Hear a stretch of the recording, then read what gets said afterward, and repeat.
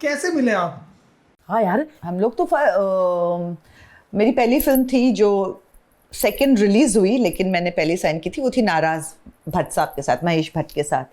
और जब मैं नाराज की शूटिंग कर रही थी तब आउटडोर पे भट्ट साहब की नेक्स्ट फिल्म जो लिखी जा रही थी वो थी गोल्डी के प्रोडक्शन की। अच्छा। तो गोल्डी और उनकी बहन सृष्टि वो लोग उधर आते थे क्योंकि शूटिंग खत्म हो जाता था चेन्नई में, आई थिंक वीवर।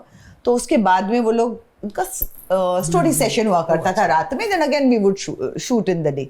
सो वहाँ पे देन जब आप उस समय कैसे, I don't know how it is now, but उस समय when you would come there और राइटर्स भी हैं आउटडोर पे, तो लंच के टाइम पे सब इकट्ठे आ जाते थे and you know then everybody ate. So I met and then he would keep talking and I would want to read and I am like okay बहुत ज़्यादा ही बोल रहा है एंड ऑल ऑफ दैट। ऐसे करते करते धीरे धीरे मेरी दोस्ती सृष्टि से हुई, शी वॉज माई फ्रेंड, और फिर गोल्डी से हुई। और फिर ऐसा हुआ कि जो हीरोइंस वो साइन करने वाले थे उन्होंने उनका कुछ तो गड़बड़ हुई and I ended up doing that film. So then we got more friendly, then we became best friends. Eventually we started dating each other and then we got married. क्या बात है यार। So it's a long story. Actually अभी देखा जाए तो दोनों हम लोग इतने young थे उस टाइम पे, we have grown up together.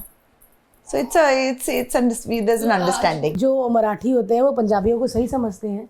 आपके घर वालों ने कहा कि पंजाबी है यार? नहीं, ऐसा नहीं कुछ। इतनी पर गोल्डी ने उस टाइम पे क्या है अपने गाने भी खुद लिखता था ना गोल्डी। सो हाँ, तो उसकी पहली फिल्म का वो एक जो गाना था, ये हवाएं जुल्फों में तेरी, he had written it with this thing and we were sitting, वो वाला। So when he had done that, तो मेरी माय मदर सेइंग कि चल एटलीस्ट लिख गाना वाना लिख लेता, कुछ तो कर ही लेगा, मतलब आई यू श्योर अबाउट इट? ऐसे हाँ, पर उस टाइम तक लाइक आई सेड कि वो दोस्त था and there was no doubt about what a nice person he was. So my parents also loved him as a person कि ये बहुत अच्छा बंदा है। वो गाना लिखते हैं, मतलब हमको ये प्रॉब्लम होती है, पता है? बैक स्टेज जो बंदा होता है ना, चाहे वो कितना भी टैलेंटेड हो, वो बात बाहर बहुत बाद में आती है। एक गाने बात वाली तो तो होती अभी है। आई। हाँ हाँ, और क्या क्या कर लेते गोल्डी सर यार? क्या उनका बात है podcast यार। है ना? नहीं यार, मेरे को तो ऐसा गाना लिखना अपने आप में बहुत अलग बात है, उसके लिए एक अलग माइंडसेट और एक प्रोड्यूसर आदमी। He's a very creative, sensitive human being and I think most artists sensitive तो होते ही हैं and creative भी होते ही हैं।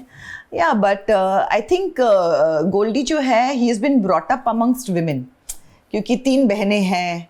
जब मेरी शादी हुई तो my mother-in-law stays with us, लेकिन जब मेरी शादी हुई तब उनकी दादी भी उनके साथ हुआ करती थी, दादी मम्मी। और सिर्फ सृष्टि की शादी हुई थी जब मैं शादी होके गई, उससे पहले नहीं तो वो सारी। तो he has been surrounded by women.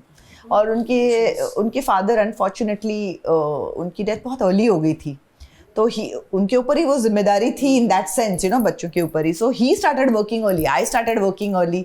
तो कहीं पे एक यू नो एक वो समझ थी एक दूसरे के लिए, I would say.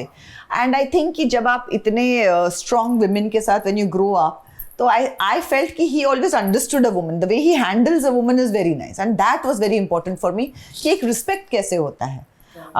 How insecure are you going to be? जैसे I was working and I was very doing really well also, top पे भी थी उस टाइम पे।